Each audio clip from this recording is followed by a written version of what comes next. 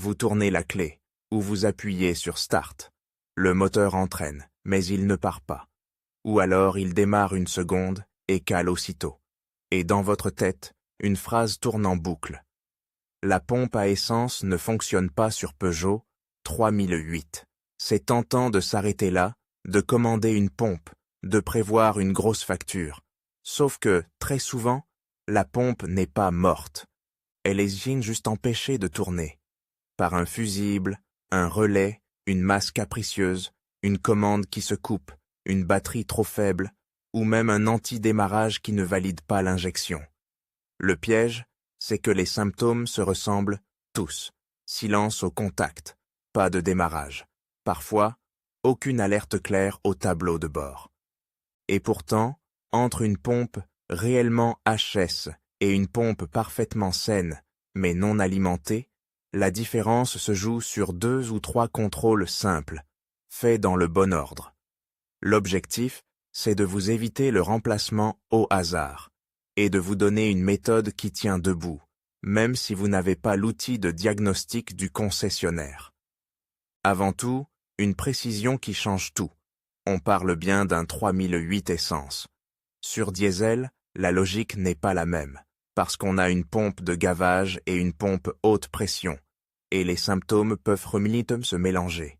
Sur essence, la pompe dans le réservoir sert à envoyer le carburant sous pression vers le moteur.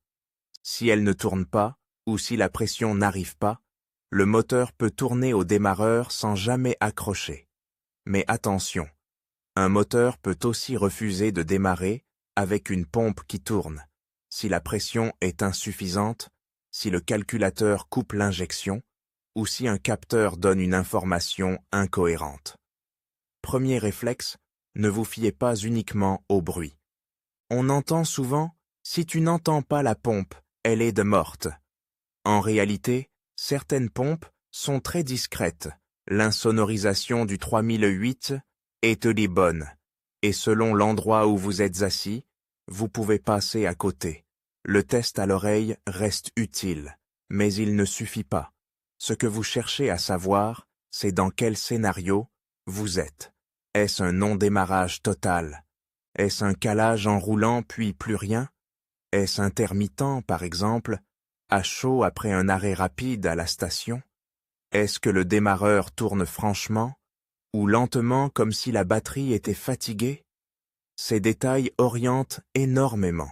Si le démarreur tourne lentement, ou si l'éclairage baisse fortement au moment de lancer, commencez par la base, la batterie et les connexions. Sur beaucoup de voitures milieu modernes, une tension trop basse ne fait pas seulement tourner moins vite. Elle peut perturber la BSI, les relais, la commande de pompe, et vous donner une panne qui ressemble à un problème carburant. Une batterie qui semble pas si mal peut s'écrouler sous charge. Et là, vous pouvez courir après la pompe pendant des heures.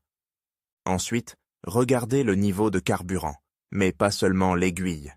Il existe des cas où la jauge ment, où la voiture est garée en pente et aspire de l'air. Ça paraît trop simple, mais c'est un classique. On insiste au démarreur, on vide ce qui reste dans la rampe, et on finit par croire à une panne. Si vous avez un doute, ajoutez quelques litres. Pas pour tenter au hasard, mais pour éliminer une cause bête qui imite une panne sérieuse. Maintenant, le test d'amorçage. Sur beaucoup d'essence, à la mise du contact, la pompe tourne brièvement pour mettre le circuit en pression. Vous pouvez essayer plusieurs fois. Contact, attendre 2 ou 3 secondes, couper, recommencer. Si vous avez accès à l'arrière, banquette ou coffre selon configuration, vous pouvez écouter près de la zone du réservoir. Si vous entendez un petit bourdonnement régulier à chaque mise du contact, c'est un bon signe. La pompe reçoit au moins une commande. Si vous n'entendez rien, ça ne prouve pas que la veste est morte, mais ça justifie de passer au diagnostic électrique. Autre indice, l'odeur d'essence à l'échappement après plusieurs tentatives. Si ça sent fort, c'est que du carburant arrive peut-être, et que le problème est ailleurs. Étincelle, synchronisation, capteur ou mélange. Si ça ne sent rien du tout, Ça renforce l'hypothèse, pas d'alimentation carburant. Mais là encore, ce n'est pas une preuve. Si vous avez un lecteur OBD basique, même un petit modèle, utilisez-le, pas pour chercher une vérité absolue, mais pour récolter des indices. Des défauts liés à la pression carburant, à l'alimentation ou à des ratés peuvent orienter. Le piège, c'est qu'il peut n'y avoir aucun code, surtout si la panne est purement électrique en amont de la pompe, ou si vous n'avez pas insisté assez longtemps pour que le calculateur enregistre quelque chose. Donc absence de code ne veut pas dire absence de panne. Il y a aussi une erreur fréquente, confondre la pompe tourne avec la pression est bonne. Une pompe peut tourner et être fatiguée, ou le module peut avoir un filtre intégré colmaté, ou une crépine encrassée. Résultat, vous entendez un bruit, mais la pression n'est pas suffisante pour démarrer. À l'inverse, une pompe peut être silencieuse et pourtant fonctionner.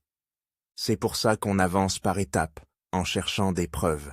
Et maintenant, on attaque le cœur du sujet, celui qui fait gagner du temps et de l'argent. La pompe à essence ne fonctionne pas sur Peugeot 3008.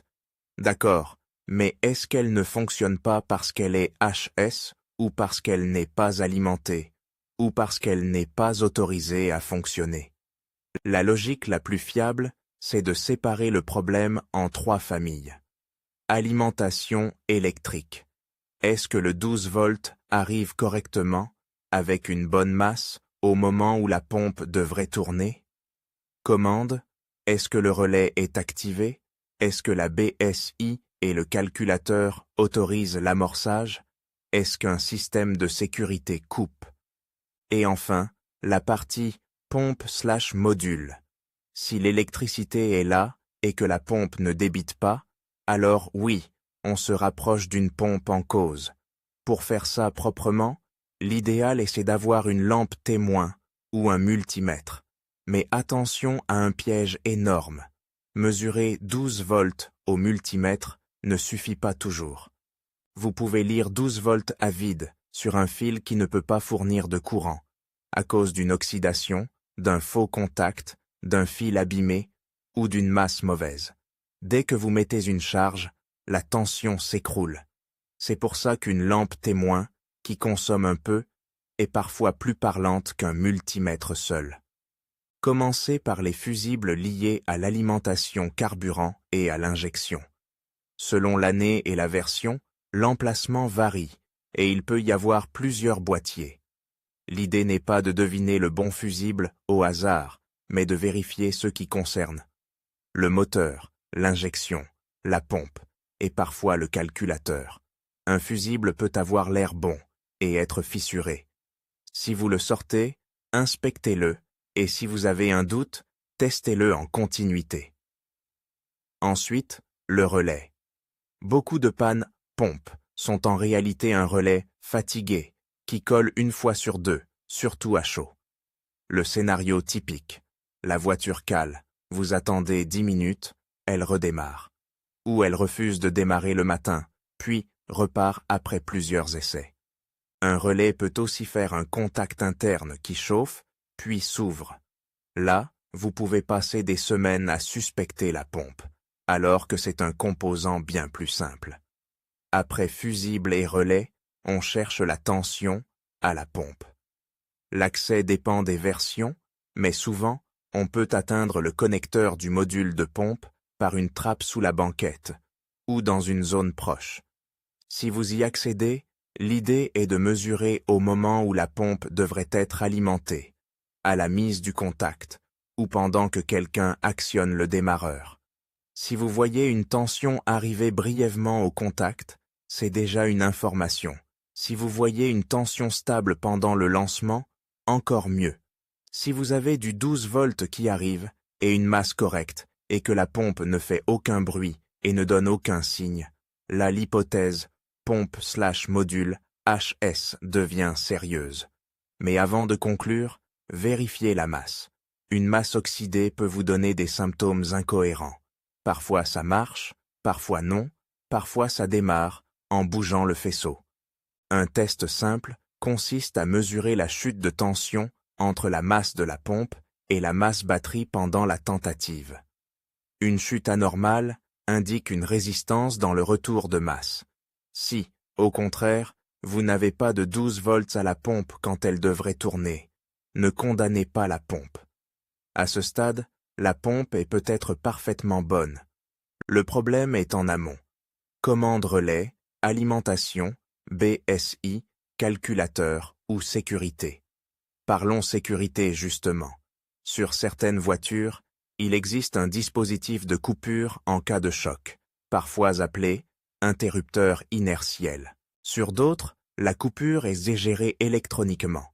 Après un choc, même léger, ou parfois après un gros nid de poule, le système peut couper l'alimentation carburant par précaution.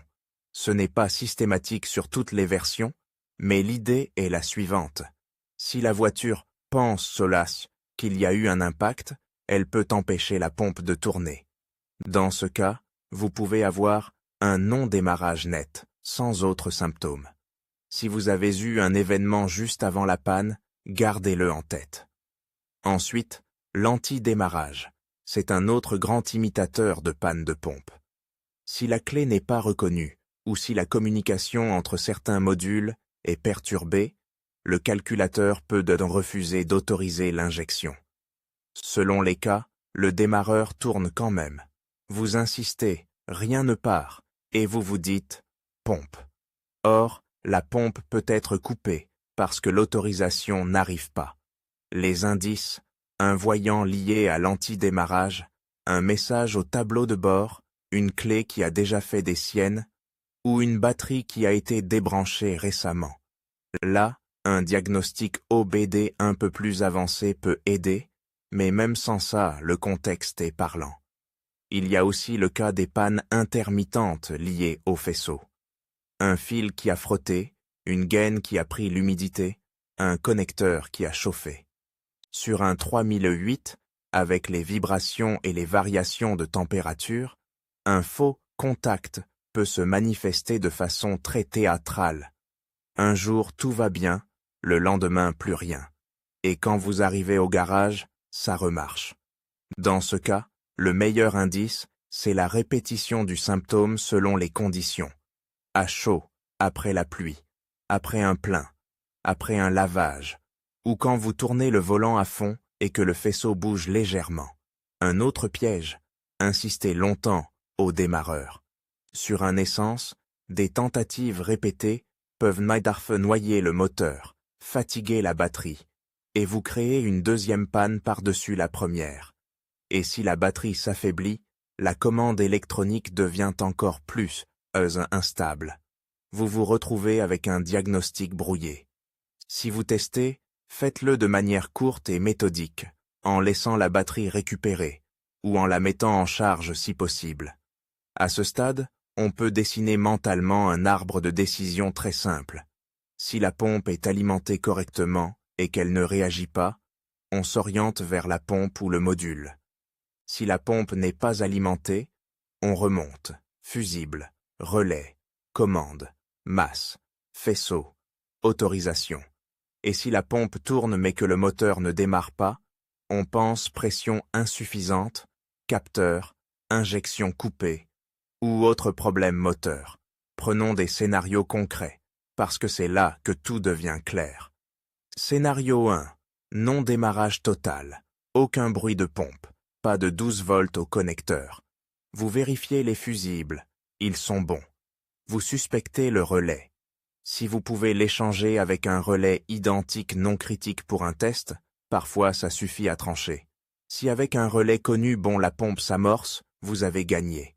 Si rien ne change, on remonte encore. Est-ce que le relais est commandé? Là, sans schéma, on ne va pas jouer aux devinettes, mais un garage pourra vérifier la commande BSI/ECU rapidement. Ce scénario pointe rarement vers une pompe HS. Scénario 2. Non-démarrage. Vous avez du 12 volts qui arrive à la pompe pendant l'amorçage ou le lancement. La masse est correcte. Mais la pompe reste muette. Là, oui, la pompe ou le module est suspect. Mais même ici, prudence, un connecteur peut être brûlé, et le 12 volts mesuré peut être présent sur une broche, mais ne pas passer correctement sous charge. D'où l'intérêt de la lampe témoin et de l'inspection visuelle, broche noircie, plastique fondu, odeur de chaud. Scénario 3.